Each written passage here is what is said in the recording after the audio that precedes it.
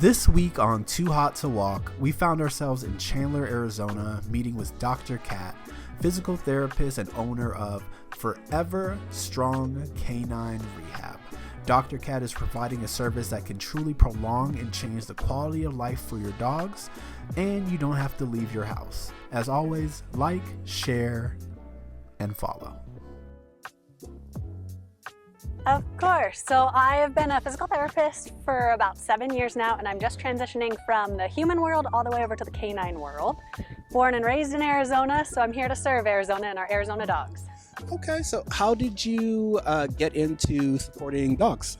Yeah, so I've had my own older dogs. My golden retriever was about 12 years old, and she started slowing down, having more difficulty getting up, just like all of our older dogs start to do.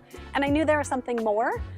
As I kind of looked into what I could do as a physical therapist, I kind of did what I would have done for a human of the same kind of things, of slowing down and hip injuries and hip pain, and I just did it to my dog. I learned that I could get certified in it and do it for a career, so here I am.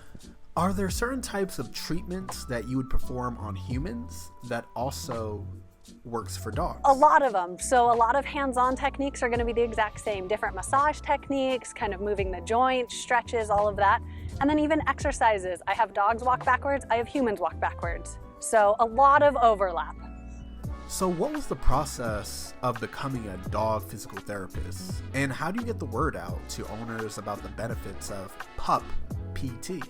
Yeah, so starting it up, I had to go get certified, which was about a year-long process, taking some classes up in Colorado, and doing the whole business ownership was kind of a brand new thing for me, learning what an LLC is and shooting up a website and all of that. The best way that I get new clients is actually just teaching everyone that I'm a thing, right? Most people don't think about physical rehabilitation for their dogs, but they've probably had PT for themselves, and it's exactly the same kind of model, same kind of ideas. So really telling everyone, and then the vets know that I'm existing. Personally, I have a dog that's 13 that's slowing down. When would you recommend is the perfect time to start dogs on your program? Is there a particular age to start or signs to look out for?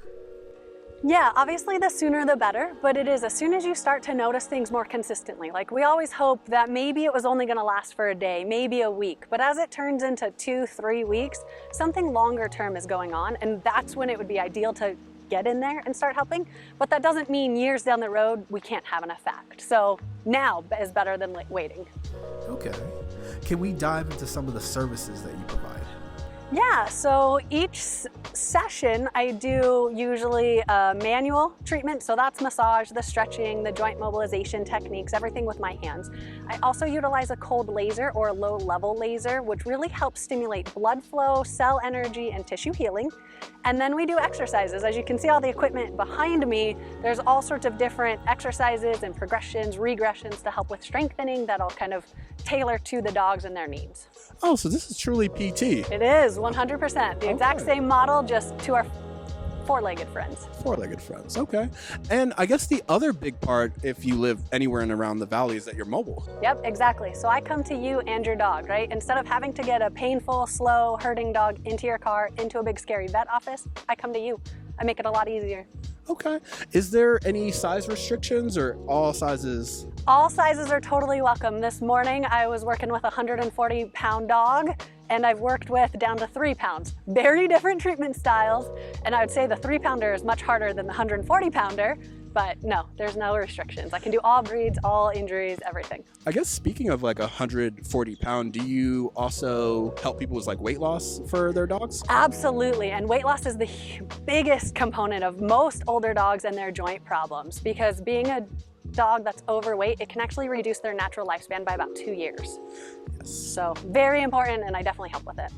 So if my pup is starting PT, how often are sessions, in a week or a month?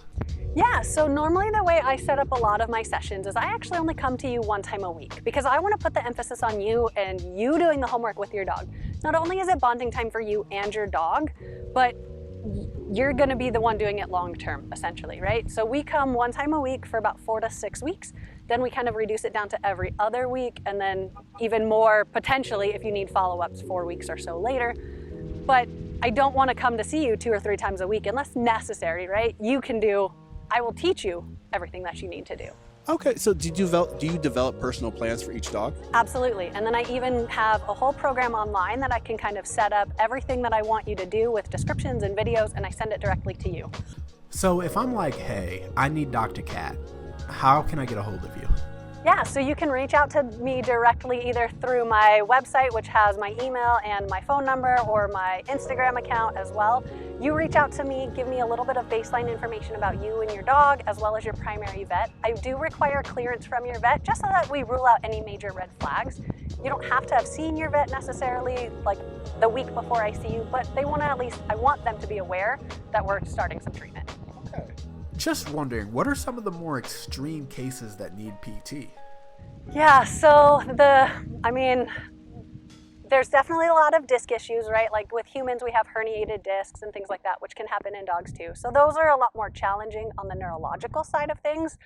The more sad ones are called degenerative myelopathy, and it's about as bad as it sounds. Essentially, their spinal cord is melting away, and that's a battle that I can't win, but it's a battle that we can definitely fight and slow down. So I've got 2 dogs on my schedule right now, and there's a lot of modifications we can do with their home setup so that they're not slipping and sliding, and we make the most of whatever time we still have that their body is fighting.